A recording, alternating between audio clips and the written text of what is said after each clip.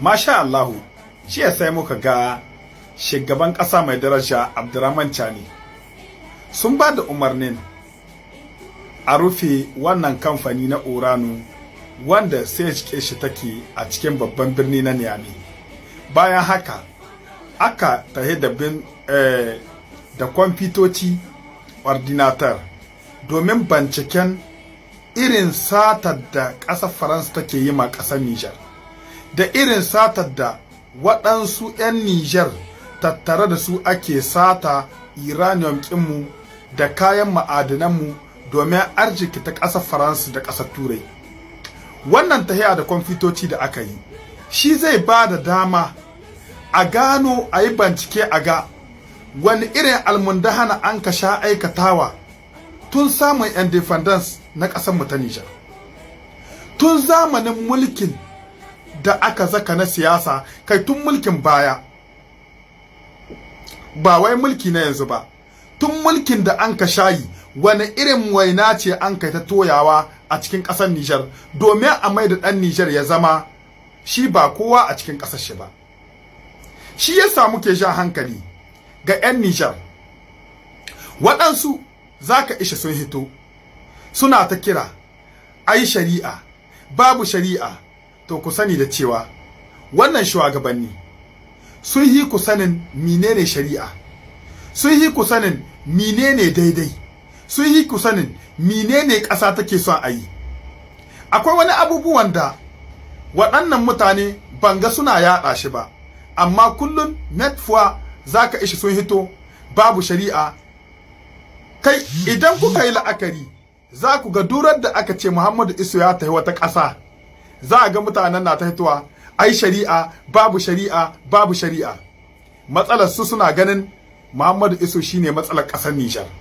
To ku sani da cewa matsalar ƙasar Nijar ita ce akwai abubuwan da suke tasowa na waɗansu mutane da suke ta yaɗa ƙabilanci da hihita wata ƙabila akan wata. Kowane daga ciki zaka ishe yana ta ganin ai ƙabila ta tahi, ai ƙabila ta tahi. Wannan shi ya kamata a magance ya hida wannan abubuwa da kuke nan gani. A sanin mu duk wani azzalumin ɗan siyasa da ya cuci ƙasar Nijar, shari'a tana da izinin ta tugume shi da abubuwan da ya sata na ƙasa a maidan mu ƙasa haƙƙinta. Wannan duka 'yan siyasa mun sani waɗansu sun yi almundahana da dukiyar ƙasa. To amma mu sani da cewa wannan shugabanni da kuwa ga sun zaka sun yi mu sanin daidai, sun yi mu sanin abubuwan da ake nan gai. Mun ce mu raida da su, mun ba su gudunmawa, me yasa kullum muke korishen su? Me yasa kullum muke hitowa muna korishen su? Waɗansu suna da takon saƙa da waɗansu mutane ne, amma suna ganin idan ba wannan lokaci ba, lokacin da aka yi kudeta suna ganin wannan Levensijier da aka yi wannan kudeta mai albarka, sai suna ganin bari ai tunda suna da haushi waɗansu mutane, suna da hasada da waɗansu mutane, to bari wannan hasada da suke yi da waɗannan mutane su ga an kama su an sa su gidan kasu. To ku sani da cewa General Abdurrahman Chani, General Darme, ba ya saka badan shi biya san ma waɗansu mutane kalilan wata bukata tasu. A'a, ya zaka dai ya biya san ma 'yan Nijar bukata su duka. Ya zaka dai ya ceto ƙasar Nijar daga zaluncin da 'yan siyasa sun kai ma ƙasar Nijar. Ya zaka dai ya ceto ƙasar Nijar. Menene namu? Abin da ya kamata gare mu 'yan Nijar shine mu taya su da addu'a. Mu taya su da addu'a domin ƙasar Nijar mu san da cewa wannan gwarashen shugabanni su ne Allah ya kawo muna, kuma zaɓin Allah ne ba zaɓin mu mutanen Nijar ba. Allah ya zaɓa muna su, ya kawo muna su sai NSP. Kuma mun raida da su 100%, kuma mun san da su ba azzalumai ne ba, mun san da su mutane ne wanda suka zaka domin suka ba da rayuwarsu domin su ceto ƙasar Nijar.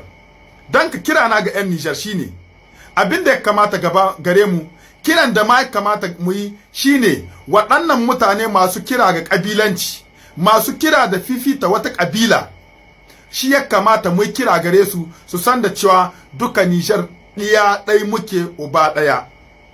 Mu san da cewa Nijar duka uwa ɗai uba ɗai muke. mu san da cewa Niger kinnan kabilan mu ita ce darafan nan na Niger, mu san da cewa kabilan mu ita ce ƙasan mu ta Niger, ba wai mu tayi muna ta yada wasu magunguna wanda basu dace ba. Shari'a an sani, idan babu shari'a baka isa kai ka aza ka bidiyo kai magana a kyale ka ba in babu shari'a, kenan kana da incinka. Waɗansu masu kira ai shari'an nan wallahi idan ka zo gidajensu ba su iya jeren gidajensu ba, ba su iya ma jeren gidajensu ba, amma su suke towa suna kira wai ai shari'a ai shari'a.